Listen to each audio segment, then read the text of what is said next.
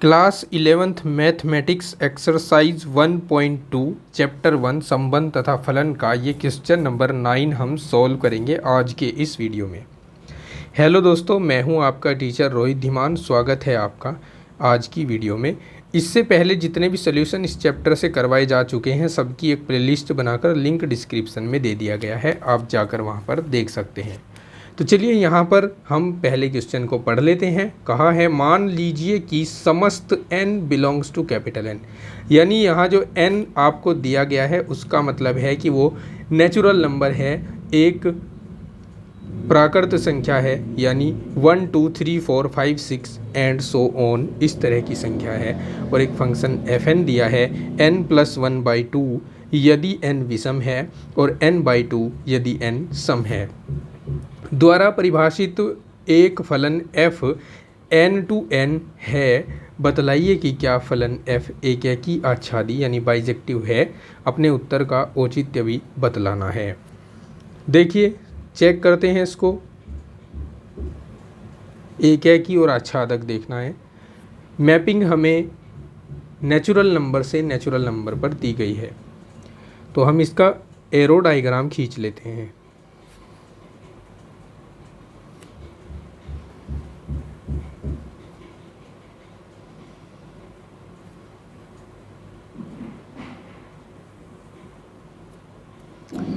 Natural number two natural number, ये mapping है f 1 2 3 4 5 6 7 and so on, इस तरह की संख्याएं होंगी इसमें भी 1 2 3 4 5 6 7 एंड सो ऑन, इस तरह की संख्याएं होंगी। अब जरा आप ध्यान से देखिए फंक्शन को। उसमें कहा है अगर n विषम संख्या है ना, तो fn का वैल्यू ये लेना है। तो n बराबर 1 के लिए अगर मैं बात करूं, एक तो विषम होती है, तो fn जो है वो n+1/2 लिया जाएगा। और इसमें जब हम n का वैल्यू 1 डालेंगे तो ये 1+1/2 यानी 1 ही आ जाएगा। एक और एक 2, 2 से 2 भाग किया जाएगा तो 1 आ जाएगा। तो यहाँ पर 1 का जो रिलेशन है वो 1 के साथ बन रहा है, ठीक है। 1 का प्रतिबिंब 1 ही है। इसके बाद है n बराबर 2, चूँकि 2 क्या है, 2 एक सम संख्या है, तो हम फंक्शन की वैल्यू ये लेंगे।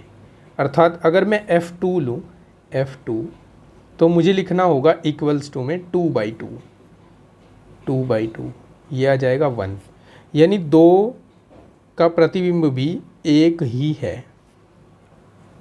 इसके बाद में अगर n का वैल्यू 3 ले लिया मैंने, 3 एक विषम संख्या है। विषम संख्या के लिए fn बराबर लेना है n+1/2। दैट मीन्स अगर मैं यहाँ पर 3 डालता हूँ f3, तो वो किसके इक्वल लिखा जाएगा, 3+1/2 के इक्वल लिखा जाएगा। 3 और 1 4, 2 से भाग किया 2 आ जाएगा। तो 3 का प्रतिबिंब 2 होगा।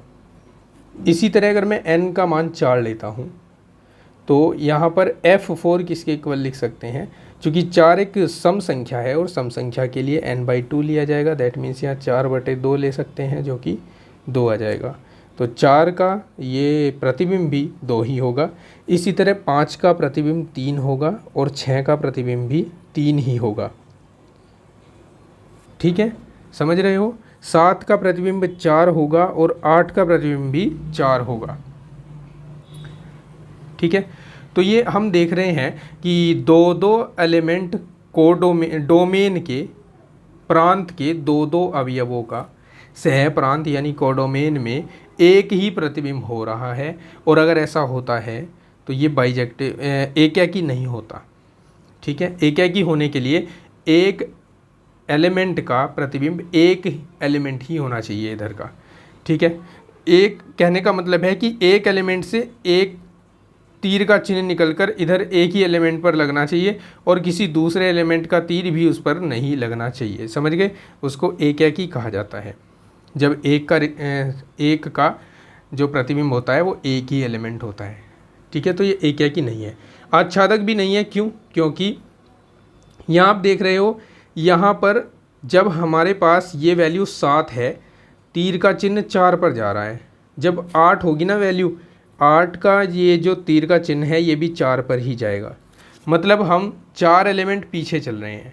इसका मतलब अगर हम इसे अनंत तक भी बनाएं तो तब जाकर 4 एलिमेंट ऐसे बचे रह जाएंगे कोडोमेन के, जिनका डोमेन में कोई प्री इमेज नहीं होगा। समझ रहे हो? 4 एलिमेंट हमेशा ऐसे बच जाएंगे जिनका प्रांत में कोई पूर्व प्रतिबिंब नहीं होगा, इसलिए ये आच्छादक भी नहीं होगा। अब बारी आती है प्यारे बच्चों लिखने की। तो लिखते कैसे हैं देखिए, हम लिखेंगे चूँकि हमने F1 देखा और F2 देखा, दोनों की इमेज सेम आई 1, तो हमने दोनों को बराबर लिख दिया। लेकिन क्या 1 और 2 बराबर होते हैं? 1 बराबर नहीं है 2 के। एक तो तरीका ये है लिखने का, यहाँ लिख दो इम्प्लाइज दैट F एक की नहीं है। दूसरे तरीके में आप थियोरिटिकल लिख सकते हो।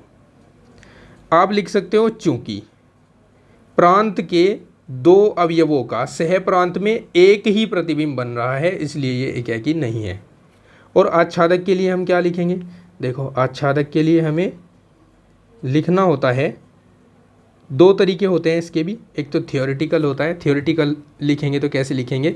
चूँकि कोडोमेन के 4 अवयव ऐसे बच रहे हैं जिनका डोमेन में कोई पूर्व प्रतिबिंब नहीं है, इसलिए यह आच्छादक नहीं है।